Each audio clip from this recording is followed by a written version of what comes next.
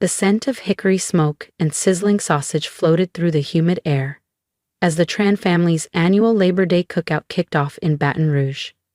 Kids chased each other through the grass, plastic plates stacked with cornbread and coleslaw clattered on folding tables, and my uncles argued about LSU football like it was a court case. I leaned against a magnolia tree near the edge of the yard, 38 now, though my family still saw me as the one who never quite made it. My younger sister Felicia sparkled in a canary yellow wrap dress, charming our aunts with tales of her job prospects and international travels. Felicia just wrapped up her MBA at Columbia, my mom crowed, loud enough to carry over the buzz of the bug zapper. She's been interviewing with some real powerhouses, Amazon, Bain, even Tesla. She beamed, clearly basking in reflected glory. I took a slow sip from my sweet tea, waiting for the punchline.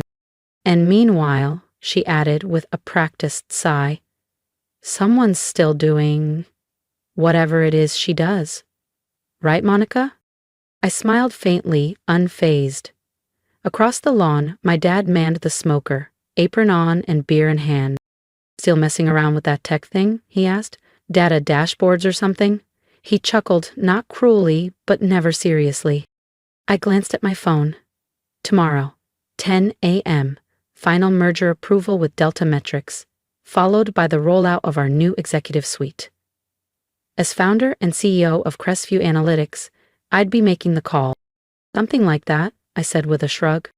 That's when Felicia clapped excitedly. Big news! I have an interview tomorrow with Cresview Analytics. Can you believe it? They called me directly. It's one of the top data strategy firms in the U.S. Applause rang out. Aunt Cheryl handed her a mimosa. I just smiled. She'd be seeing me again, just not in the way she expected. That's incredible, Felicia. I just read a piece about Cresview's founder.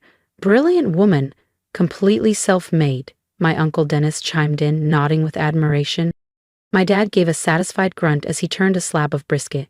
That firm's no joke. They only hire the best, real selective. I suppressed a laugh, picturing the HR folder open on my laptop back in my home office. Felicia Tran, neatly listed among the external candidates for the final interview round. She didn't know the firm she was hyping up was mine, that I had started Crestview Analytics in a cramped Baton Rouge apartment 13 years ago with a used laptop and a second-hand coffee pot, while she'd followed every rule laid out for her. I'd spent my 20s writing new ones. What role are you interviewing for? I asked casually.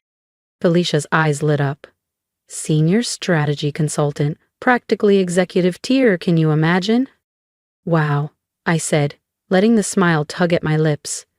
Sounds promising. She tilted her head, feigning kindness. If I get the job, maybe I can put in a word for you, Monica. I'm sure they've got admin openings you could grow into. My mother raised her wineglass approvingly. That's sweet of you, honey. Lord knows your sister could use a nudge in the right direction.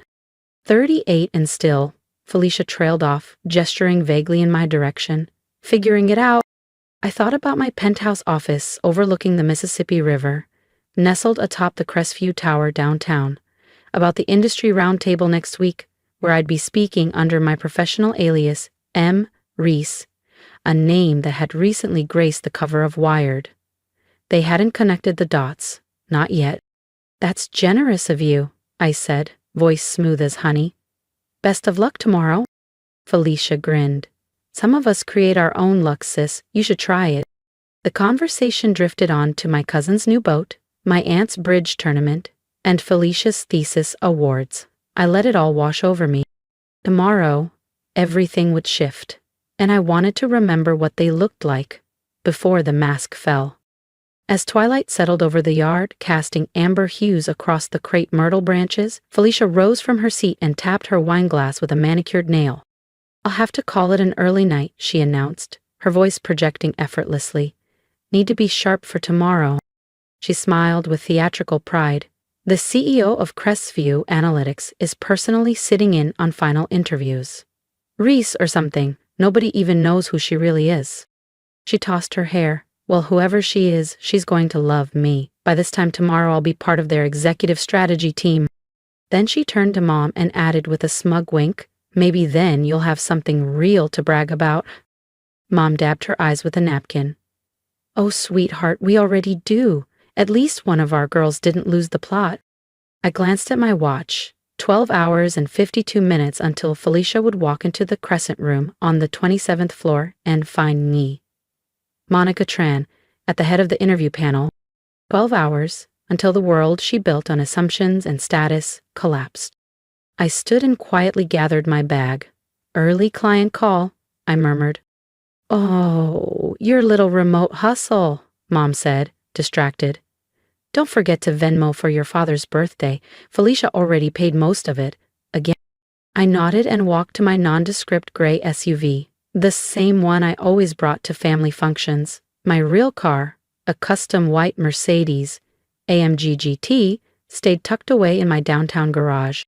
As I backed out of the driveway, tomorrow. Sure.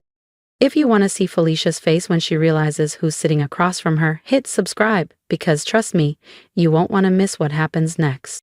What a waste, can't even land a real job. I smiled to myself, picturing the brushed steel nameplate on my desk.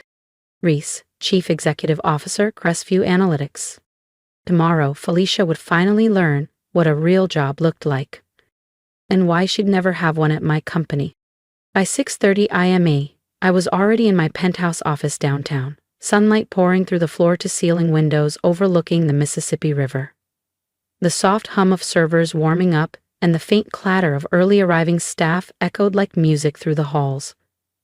I had built every inch of this place, and today, it would all come full circle. The slate-gray Max Mara suit hugged me like armor, calm, confident, battle-ready. As I skimmed the morning agenda, my executive assistant, Jade, knocked and stepped in. Your sister's interview is at 9 a.m. sharp, she said, placing a folder on my desk. She's in the lobby already, got here 30 minutes early. Punctual, I murmured. That's new? Jade smirked. She also posted on LinkedIn, manifesting my future as a Cresview exec. It's trending under Women in Leadership. Marketing flagged it. I stifled a laugh. Did she now? The folder looked polished. Columbia MBA, impressive internships, glowing references. But I knew better. Those internships?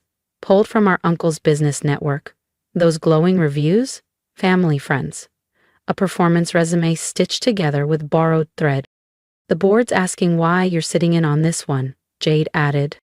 Quality assurance, I replied, rising from my chair. How many interviews before mine? 3. All briefed. They'll dig deep. At 9 o'clock IMing, I stood behind the one-way glass of our top-floor conference suite and watched Felicia glide in. Chanel skirt suit, Louboutins, air of unearned certainty. She shook hands with her first interviewer like she'd already won. For 2 hours, I watched the illusion fall apart. Every canned line picked apart. Every rehearsed story cracked open. Every polished title challenged and redefined. By the time Felicia reached the final interview, her shoulders drooped.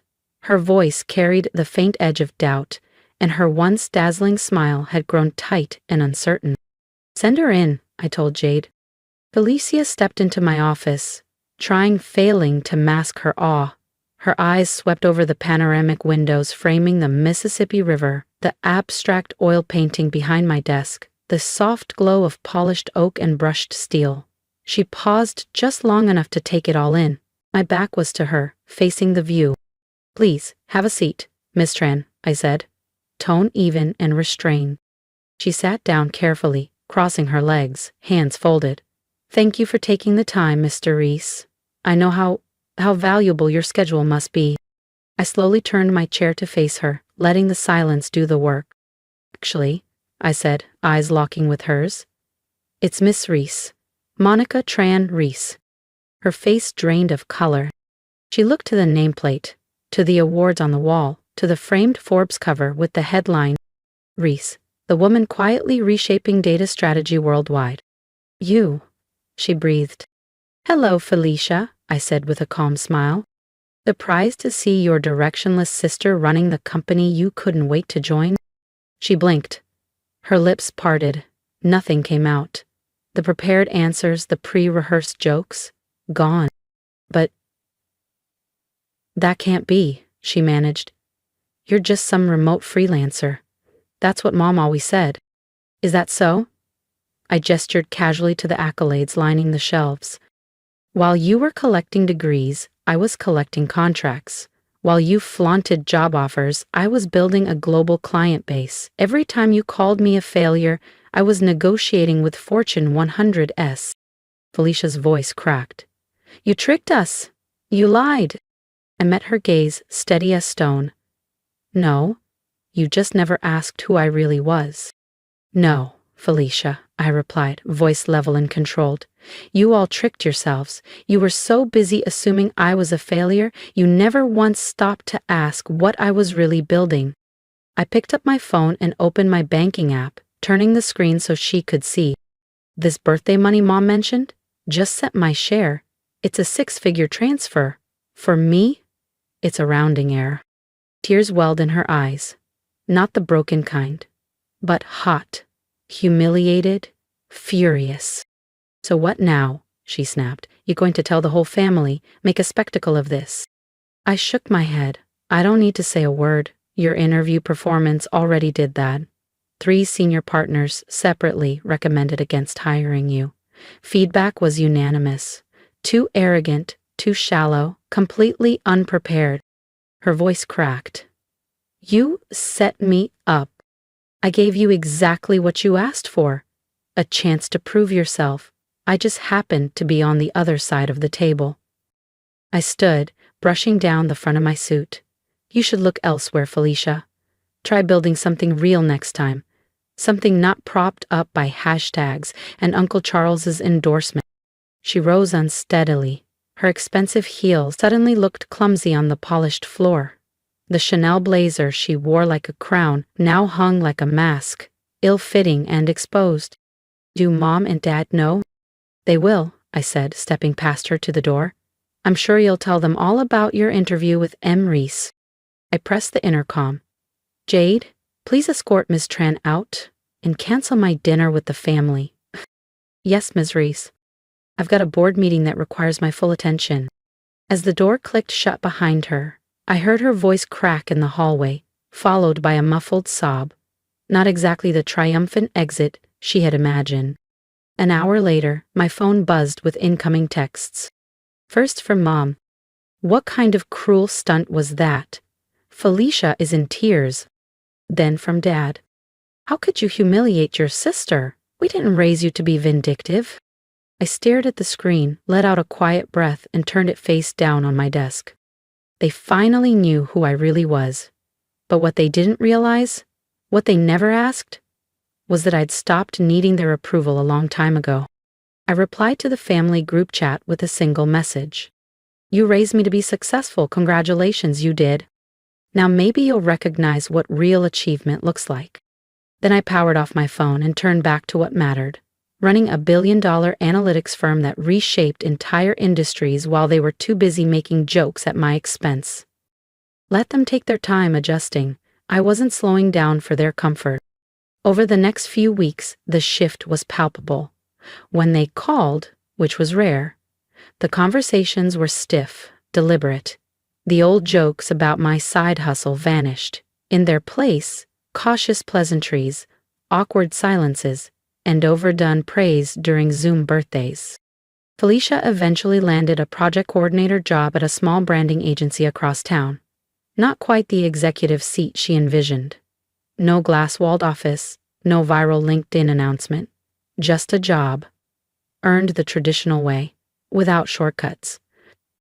Mom and Dad quietly stopped hosting their Sunday dinners. Maybe they were embarrassed. Or maybe they just didn't know how to exist in a world where the daughter they dismissed now owned the skyline they used to point to with pity.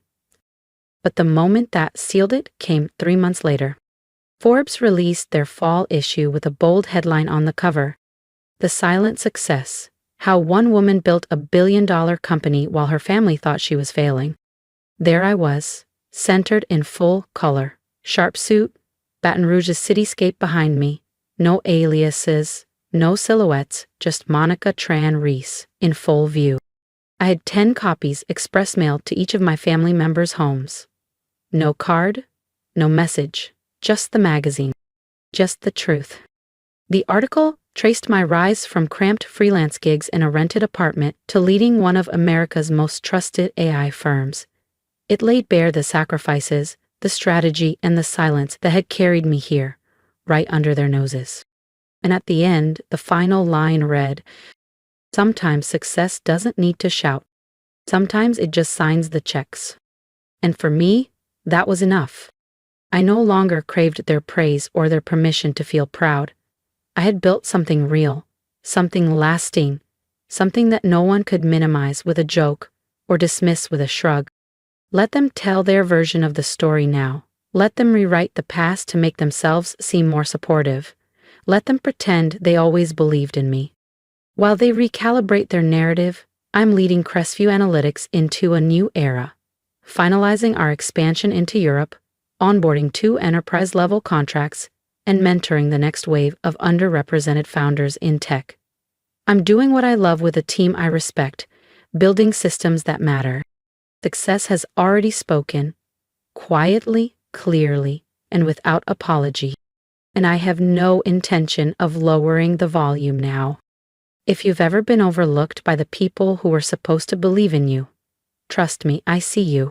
I know what it's like to sit in a room full of family and feel invisible, to be the one they talk over, laugh at, underestimate. I was called too vague, too emotional, too impractical. I was told I lacked direction while my sister racked up awards and applause. I was cast as the family wild card. Harmless, forgettable. But I didn't argue, I didn't beg them to see me. I let the silence speak. And while they were talking, I was building. Now, they can't look away. This story isn't about revenge, it's about resilience. It's about redefining yourself on your own terms. It's about walking into your own power, especially when no one is clapping. So if you've ever felt the need to downplay your wins, if you've ever built something beautiful in the dark just to avoid judgment, or if you're still pushing forward in spite of doubt, drop a comment below and tell me about it. Tell me what you're working on. Tell me who counted you out and what you've done anyway. Tell me what gives you strength when nobody's cheering. Not for validation, but for peace. And if this story made something in you sit up and say, "That's me," hit that subscribe button. This isn't just a channel for underdog stories. It's a space for builders, for dreamers, for quiet giants. It's where we celebrate strength that doesn't need spotlights. Let them laugh, let them doubt.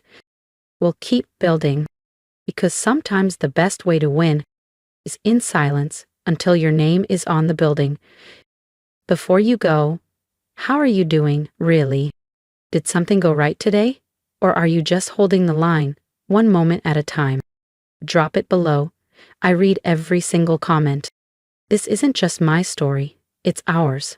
Let's celebrate your quiet victories too.